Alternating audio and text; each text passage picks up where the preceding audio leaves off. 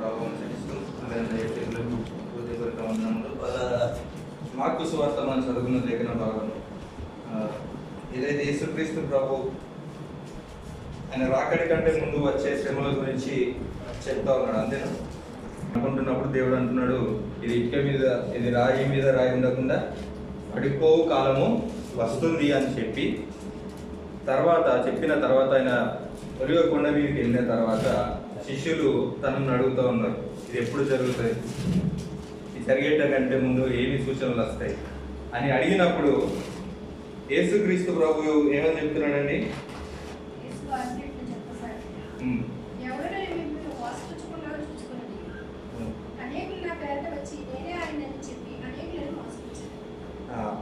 అనేకులు ఆయన పేరిట వచ్చి నేనే ఆయన అని చెప్పి ఏం చేస్తారట? మోసపుస్తారు. కాబట్టి ఎవరిని మోసపుచ్చకుండా చూసుకోండి అని చెప్పుతూ, మోసపుచ్చుకోకుండా చూసుకోండి అని చెప్పుతూ, రాజ్యం మీదకి రాజ్యం లేస్తుంది, జనాల మీదకి జనాలు లేస్తారు అని చెబుతూ 9వ వచనంలో మిమ్మును గూర్చి మీరు జాగ్రత్త పడుడి అంటారు. ఎలా? ఇవన్నీ జరుగుతాయి కాబట్టి ఇప్పుడు మనం జాగ్రత్త పడాలి.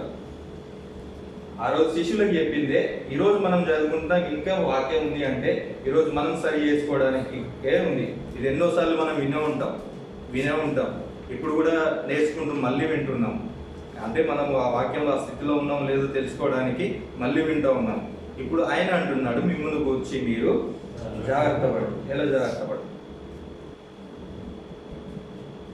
ఏమి చేసి జాగ్రత్త పడదాం? ఆత్మీయ జీవితాన్ని కాపాడుకోవాలి, మెలకువగా ఉండాలి, ప్రార్థన చేయాలి,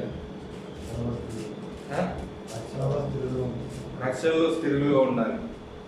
మనం ఏమి చేసి జాగ్రత్త ఉండాలంటే మొట్టమొదటిది, మానవుడు ఇంతవరకు అసలు ఎవరి మాట వినడు, ఎవరు ఏమి చేయడు. కానీ మనము చేయవలసింది ఏంటంటే మాట వినడం. ఫస్ట్ దేవుని మాట వినడం, వాక్యముతో మనని మనము సరి చేసుకోవడం. మనుషుడు అస్సలు చేయలేదు.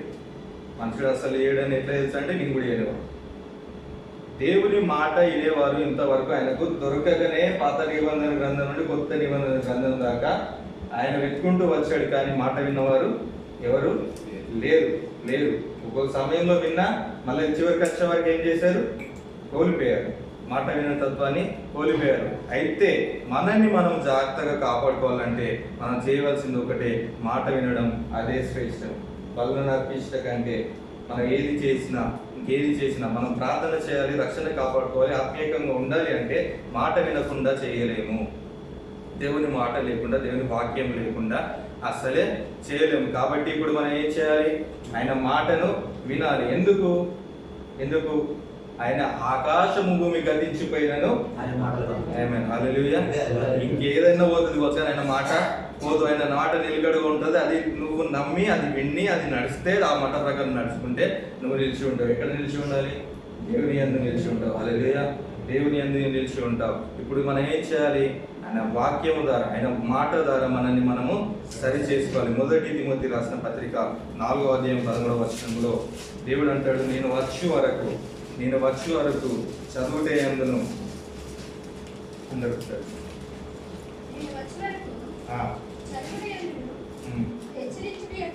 హెచ్చరించుటే అందును బోధించుటే అందును జాగ్రత్తగా ఉండు. ఆమేన్. హల్లెలూయా. ఆయన వచ్చే వరకు ఎట్లా ఉండాలంట? చదువుటేయండి. ఏం చదువుటేయండు? వాక్యం చదువుటేయండు. చదివేటప్పుడు కూడా జాగ్రత్తగా ఉండాలా? ఉండాలి. ఉండకపోతే ప్రకటనలో చెప్తాడు, అన్ని తెగులు వచ్చేస్తాయి, ప్రకటన జరుగుతుంది. కాబట్టి చదివేటప్పుడు ఒక్కటైనా దానికి యాడ్ చేయకూడదు, దానికి ఒక్కటైనా కలపకూడదు, అందులో ఉన్న ఒక్కది తీసేయకూడదు. ముందు కానీ వెనకలు కానీ ఏది మాత్రము కలపడానికి లేదు. చదువుడైనా, రాయడమైనా, దేవుని వాక్యం ప్రకటించడమైనా, ఏది చేసినా మనని మనం జాగ్రత్తగా పెట్టుకోవాలి. అంటే దేవుని మాట అవసరం. ఆ మాటను విందుముగాక. అది మరి జాగ్రత్త పడడం అంటే మనము మనుషులే చాలా జాగ్రత్త పడడానికి ప్రయత్నం చేస్తాం, ఇష్టపడతాం. అయితే మనుషుల దగ్గర జాగ్రత్త పడడానికి చాలా కారణాలు ఉంటాయి. కానీ మొట్టమొదటిగా ఎక్కువ శాతం మనుషుల దగ్గర ఎందుకు జాగ్రత్త పడతాడంటే చేసిన తప్పును దాచిపెట్టడానికి జాగ్రత్త. ఎందుకు జాగ్రత్త పడతారు? చేసిన తప్పును కావచ్చు, ఆడిన అబద్ధం కావచ్చు, ఇంకేదైనా ఇన్ కేస్ ఆ వ్యక్తికి తెలిస్తే ఆ వ్యక్తి నుండి నాకు మేలు కలగదేమో, ఆ వ్యక్తి నుండి నాకు రావాల్సింది రావలేదు అని చెప్పేసి మనుషుల దగ్గర మనం ఏం చేస్తూ ఉంటాం? జాగ్రత్త పడుతూ ఉంటారు. చాలా మంది జాగ్రత్త పడుతున్నారు. ఇన్ కేస్ అట్లా ఇంకా జాగ్రత్త పడితే సింపుల్గా సులువుగా దేవుని పక్క పెడుతున్నామన్నారు. మరి ఇప్పుడు మన జాగ్రత్త ఎక్కడ ఉండాలి? చదువుటే ఎందు ఉండాలి. ఇది ఎవరి దగ్గర ఉండాలి జాగ్రత్త అంటే? దేవుని యందు జాగ్రత్త ఉండాలి. 2వ తిమోతి రాసిన పత్రిక 2వ అధ్యాయం 10వ వచనం.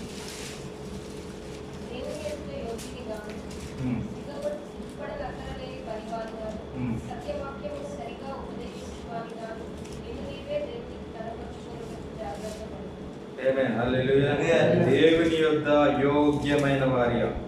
యోగ్యమైన వారిగా మనం ఉండాలి.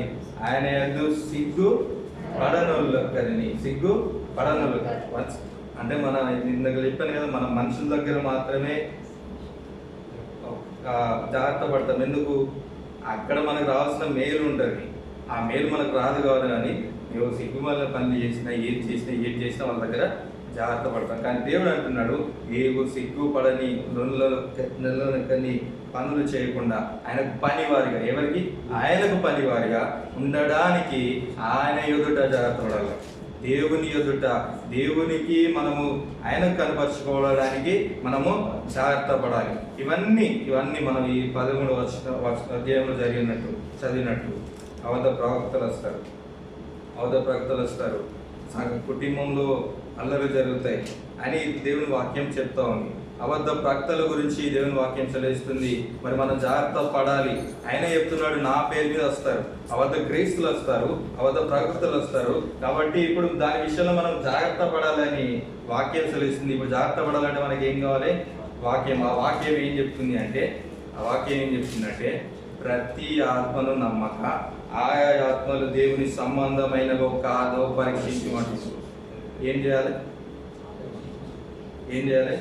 మనం ఇప్పుడు పరీక్షలో ఉన్నాము. ఇప్పుడు మనం పరీక్షించాలి. ఎవరిని పరీక్షించాలి? ప్రతి ఆత్మ దేవుని సంబంధమైందో కాదో, ప్రతి ఆత్మ ఏది లేదు అన్నిటిని పరీక్షించాలి. ఇప్పుడు ఆయన అబద్ధ క్రీస్తు అన్నాడు. ఇప్పుడు క్రీస్తు ఉన్నాడు, అబద్ధ క్రీస్తు అంటున్నాడు. మరి రెండింటిని ఎట్లా గుర్తుపట్టడం? మన దగ్గర వాక్యం లేకపోతే గుర్తుపట్టలేదు. వాక్యం ఉంటే ఎలా పరిశోధించాలో, ఎలా చేయాలో తెలుస్తుంది. కాబట్టి వాక్యము ద్వారా మనం ఏం చేయబడాలి? జాగ్రత్త పడాలి. అన్నిటి విషయంలో జాగ్రత్త పడాలి. కుటుంబం విషయంలో కూడా దేవుడు అంటున్నాడు 12వ వచనంలో, సహోదరుడట ఒక సహోదరుని ఏం చేస్తాడట? తండ్రిని కొడుకు, తల్లిని కుమార్తె మరణానికి చంపడానికి అప్పగిస్తారు. ఇప్పుడు ఈ మాట విన్నప్పుడు చాలా మంది బాధపడుతూ ఉంటారు. కుటుంబము అనేసరికి మన ఆలోచనలు కొంచెం వేరుగా ఉంటాయి. నేను చాలా సార్లు ఇక్కడికి వచ్చినాక తర్వాత కూడా దేవుడు మాత్రమే అన్నమాట జాగ్రత్తగా విన్నాను. అంతకుముందు సమాధానం అన్న మాట గురించి విన్నప్పుడు కూడా సమాధానం అంటే ఈ లోకరీతిగా ఈ కుటుంబంలోకి సంబంధించింది కాదు, దేవునికి మనకు సంబంధించిన సమాధానం అని చాలా సార్లుగా వింటూ వస్తున్నాం. కుటుంబంలో పట్ల కూడా మనము ఏమి కలిగి ఉండాలి? జాగ్రత్త కలిగి ఉండాలి. ఇప్పుడు ఈ మాట అయినతో చాలా మంది బాధపడుతూ ఉంటారు. కానీ ఇది ఆయన చెప్పేది జరుగుతుంది. మరి మనం ఏం చేయాలి? వాక్యం ద్వారా మనము యేసుక్రీస్తు ప్రభు ఆయన బోధన చేస్తున్నప్పుడు తన సహోదరుడు, తన తల్లి ఎక్కడ తప్పిపోయాడు అని చెప్పేసి సంఘం వెలుపలికి వస్తారు. వారు ఆయనతో మాట్లాడనుకోని అక్కడ నిల్చుంటారు. ఎక్కడ? మనకు తెలిసిందే కదా ఇదంతా. మత్తయి సువార్త 12వ అధ్యాయంలో ఉంటుంది. దేవాలయము అక్కడ ఆయన ఆ సహోదరుడు తల్లి వచ్చినప్పుడు ఒక వ్యక్తి లేచి, నీ తల్లి నీ సహోదరుడు వచ్చి ఉన్నారు, బయట నిలిచి ఉన్నారు, నీతో మాట్లాడాలనుకుంటున్నారు అన్నప్పుడు యేసుక్రీస్తు ప్రభు ఏమంటాడు? అదే మాట బయటగా లేకపోతే ఇంకెవరైనా అంటే ఎలా ఉంటుంది?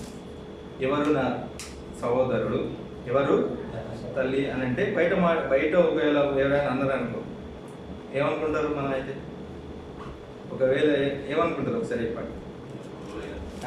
తల్లి అంటే ప్రేమ లేదు అన్న ఆలోచన ఉంటుంది. అంటే మన కుటుంబానికి వచ్చేసరికి మన ఆలోచన తీరు మారుతుంది. ఎందుకంటే కుటుంబం పైన ఉన్న ప్రేమ, ఒకవేళ కుటుంబం మనతో పాటు ఎవరైనా లేరు అన్నప్పుడు బాధ వేస్తుంది.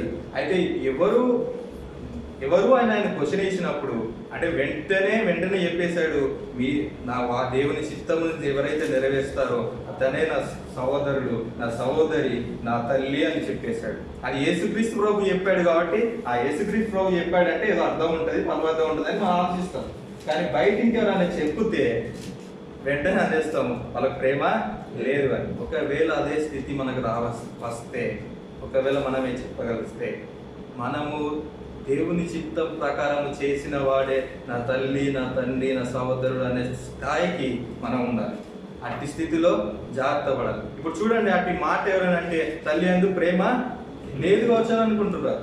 కానీ ఆయన చెప్పిన మాట ఆయన చిత్త ప్రకారము ఉన్నవారే తల్లి అని చెప్తా ఉన్నాడు. అలా అని చెప్పి యేసుక్రీస్తు ప్రభు ప్రేమ లేనివాడా? శిలువ మరణంలో కూడా తన తల్లిని జ్ఞాపకం చేసుకున్నాడు.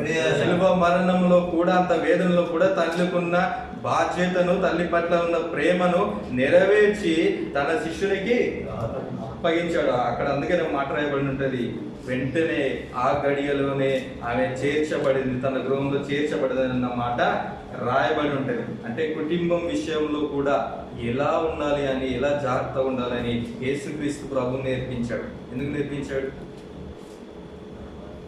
ఎందుకంటే ఆయన వాక్యం నెరవేర్చాడు. వాక్యాన్ని ఎందుకు నెరవేర్చాడు? ఆయననే వాక్యమై దిగివచ్చాడు కాబట్టి ఆ వాక్యాన్ని నెరవేర్చి ఆ వాక్యాన్ని ఇప్పుడు మనకు చూపెట్టాడు. ఇప్పుడు అదే వాక్యాన్ని మనము నెరవేర్చాలి. హల్లెలూయా. అటు స్థితిని మనము కలిగి ఉండాలి. ఇవన్నీ చెప్పుతూ జాగ్రత్తగా ఉండాలని చెప్పుతూ, కుటుంబంలో కూడా సహోదరుని చంపడానికి అప్పగిస్తారు అని ఇవన్నీ చెప్పుతూ దేవుడు అంటున్నాడు, అంతము వరకు సహించేవాడు. ఇప్పటి వరకు అంతము వరకు సహించేవాడు ఏం చేయబడతాడు? రక్షణ పొందుతాడు. నువ్వు సహిస్తే పొందుతావు. అంటే అంతము వరకు మనం సహించాలి ఖచ్చితంగా. ఇప్పుడే రక్షణ పొందుకున్నామని నేను అంటలేడు అని. అంతము వరకు ఎవరైతే సహిస్తారో వారే రక్షింపబడతారు. ఎప్పుడు మరి అంతం అంటే అది ఎవరికి తెలియదు, దేవునికి తప్ప మరి ఎవరికి తెలియదు. అంతము వస్తుంది, అది ఎప్పుడు వస్తుందో తెలియదు. అందులో కూడా మనం జాగ్రత్త పడాలి, మెలకువ కలిగి ఉండాలి, మనల్ని మనం సరి చేసుకోవాలి. అయితే అంతము వచ్చినప్పుడు నేను ఇంటి మీద ఉన్న ఇంటిలో కూడా సంబంధం తీసుకొని రావడానికి లేదు. అంతము వచ్చినప్పుడు నీ పొలంలో ఉన్న వస్త్రం వేసుకొస్తానడానికి లేదు. కాబట్టి ఆయన వచ్చినప్పుడు సిద్ధ మనసును కలిగి జాగ్రత్త పడి ఇవన్నీ దేవుడు వాక్యం చెప్పాలని మనం జరిగించి ఉంటే అంతం వరకు ఎవరైతే సహిస్తారో వారు ఏం చేయబడతారు? రక్షింపబడతారు. కాబట్టి అటు స్థితిని మనం కలిగి ఉండి దేవుని యందు మెలకువ కలిగి ఉందాం గాక. మెలకువ కలిగి ప్రార్థించుడి అని దేవుడు చెప్పి మనకు నేర్పిస్తున్నాడు. కాబట్టి ముఖ్యంగా మనం ఏది చేయాలన్నా దేవుని మాట ప్రకారం చేయకపోతే మనము జాగ్రత్త పడలేకపోతే అబద్ధ ప్రకటనలు మనకు గమనించలేము, ఇంట్లో జరిగేవి గమనించలేము. ఏదైనా సరే నేను దేవునితో ఉన్నాను అని నేను నోటితోటి రాలేకపోవచ్చు.